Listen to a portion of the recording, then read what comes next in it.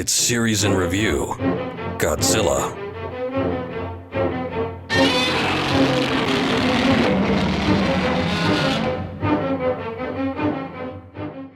Sometime after the Return of Godzilla in 1984, it was announced there would be a sequel. However, because of the film's middling performance at the Japanese box office, Toho was unsure on how to go about making another movie, and didn't develop it right away. It was decided that a contest would be held to come up with a plot to center the next Godzilla movie around. And with that, several entries made it into the hands of the 2B Films director, Kazuki Amori. Amori's chosen entry was written by a dentist, and it featured themes of bioengineering, a giant fish-like rat monster, and a final battle with Godzilla and a human-faced plant. Over the next 3 years, Amori would work on this script, discarding some of the odder facets of the story and supplementing other things in its place. The final version was Godzilla vs. Biollante. The setting for this one takes place after the events of Return of Godzilla, which ends with Godzilla being sealed away in Mount Mihara, where he remains dormant for some time. The opening scene starts with a list of alert phases in preparation for the event in which Godzilla reawakens, and I have to say, this is great.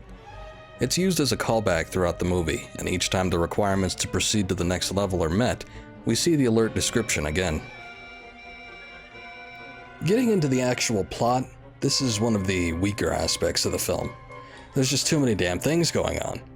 We have two guys working with the Japanese Self-Defense Force who are involved in the creation of anti-nuclear bacteria from Godzilla's cells. We have an old scientist who splices the cells of a rose with Godzilla's cells and the cells of his dead daughter. An unseen American organization, Biomajor, that wants Godzilla's cells and threaten to blow up the volcano, releasing Godzilla if they don't receive it. Damn, we are a lethal weapon! The fictional nation of Seradia, who have a secret agent running around because they also want the cells. A school for psychic children and users, because that's just a thing now in Japan.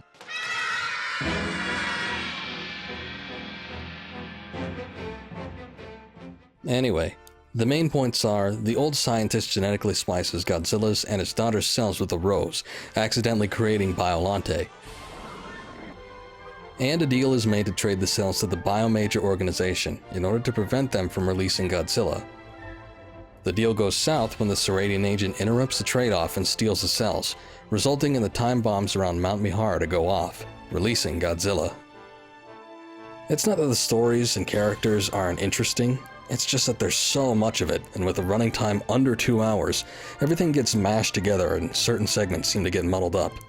The film would have benefited from a little trimming down.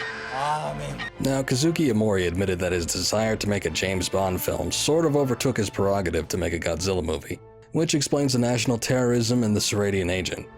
But could they have cast a less imposing guy to play a deadly spy agent? He looks like he should be playing flugelhorn in a Chuck Mangione tribute band, not wielding a rifle doing wet work for a government. Kiss you guys. On that note, there's a few moments that seem out of place in this movie. Like when these two guys subdue the other person on the floor. What the hell was that? Did this turn into the Looney Tunes? Why not drop an anvil on his head for good measure? Also, this scene where the agent stands on the lightning conducting plate and gets vaporized. How does the guy controlling the vaporizer know to activate it? Were there cameras? The radar didn't seem capable of picking up people, and if it could, what if it was the other guy chasing him, or some other person walking around? And this final scene of Biollante at the end where it turns into dust and flies into space. Why would... Whoa, wait a second. Forget that. Did everyone just see a Japanese girl's face fade into the light? Yes, it's the girl Erica who was spliced into Biollante, but why does her face manifest in a thin air? It's also worth mentioning that the movie's soundtrack, while good, was not tailor-made for each scene. Composed by Koichi Sugiyama and conducted by David Howell, Godzilla vs. Biollante's score was made in absence of actually seeing the film, and thus left to interpretation. So the tracks are mostly cut up and spliced throughout the movie, sometimes even ending abruptly with no transition, which was a little lazy on the editor's part. Well, outside of that, and a few more than odd moments, there isn't much else I can gripe about in this film. Visually, it can be quite impressive. Certain scenes in the film have a striking presence of cinematography that's rarely been replicated in Godzilla movies since. The designs of the monsters also look much better than previous films in the series. Godzilla, for instance, looks sleeker, a bit less lumpy than previous iterations, but it doesn't diminish his ominous appearance. And they also got rid of the white around his eyes, making him appear less cartoony and more like an animal or monster. Praise should also be given to the design of Biollante, particularly the second form, as it's one of the best designed kaijus to come from the Godzilla franchise. Obviously being partially based off of an alligator, the overgrowth covering its body, along with its network of vines, lends to its menacing and organic appearance. Also, it's not every movie that Godzilla is dwarfed by such a large monster. The size difference alone makes Biollante one of the most intimidating kaijus in the series. At the end of the day, Godzilla vs. Biollante may not be a perfect film, but it really does hit all the right notes that you want from a Godzilla movie. Unique and amazing looking monsters, a fairly likable cast, a thematic and fitting soundtrack, practical effects that look great for the genre, and a couple short but awesome battles with Godzilla. Overall, I'd say out of all of the Godzilla movies, this one still stands out as being one of the best, and is definitely deserving of some recognition.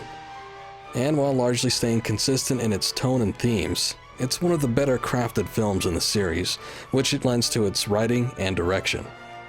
But just how does it compare to the later films in the franchise? We'll find out in more Series in Review, Godzilla.